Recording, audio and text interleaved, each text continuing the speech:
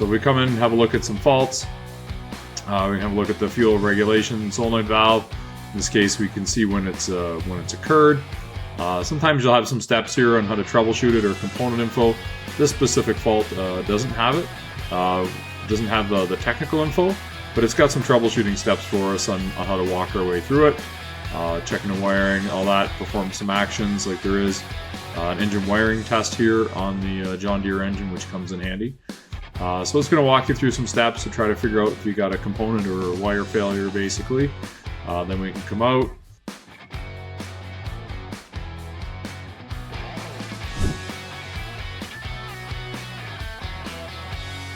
Lots of data options, system data, like in this case Deere provides an engine load profile. Most off-highway engines don't provide a whole lot in the ECM in terms of data. Lots of live data, but not like reports. Cummins does have an abuse report that's pretty handy. This engine load profile just does show you the kind of load you had on, number of hours spent in each of the different time frames.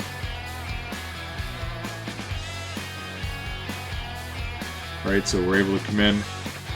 You can see components like there's an injector, whatever, here's my pressure regulator, it connects at 6 and 34.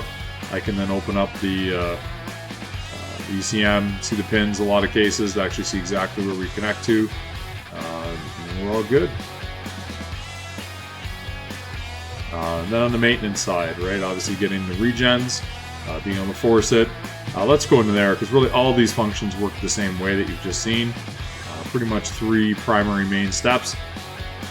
First one's going to be specific instructions of what you're going to do. So you don't need to have a course and remember how to run every test. We're going to tell you every time, right? And they're specific, not generic. So we're going to come in. It's going to be about 3 hours for this regen.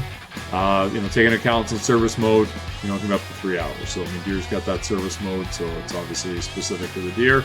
Then we get into initial conditions. We can see, whether we've met them. It'll tell you what you got to be in. In this case, we're running a regen. Let's assume we've met all our conditions here to proceed. First step, it's going to come up. We're going to pause it because at the end of the day, we're not connected to a tractor, so it's going to think our regen's done. And here you can see it presents you some information. Could have also graphed it, could have showed it in table format, monitor the machine while you're performing the regen. The regen's completed. It's going to tell us we're all done. Now we've got to remember to perform the reset, as you saw, telling us to reset the system. And here we can, see the conditions. We can see the data from during the regen and where our after treatment system was when we were done. Right? And it was telling us we had to do the reset when we were done to kind of fully complete the process. So we could come in and do that diff pressure reset process. Right? Original parameters can't be changed. Whatever. It's going to tell us the steps, why we're doing it. Here's our initial conditions. Regen not active. Continue with the process. Same thing. Now it's going to perform the differential pressure reset for us that we need to do. All right, it's all done. Right. If you have any questions, just get in touch with us here at Mechnician. You can reach us 888-64-2240 or www.mechnician.com. Thank you very much.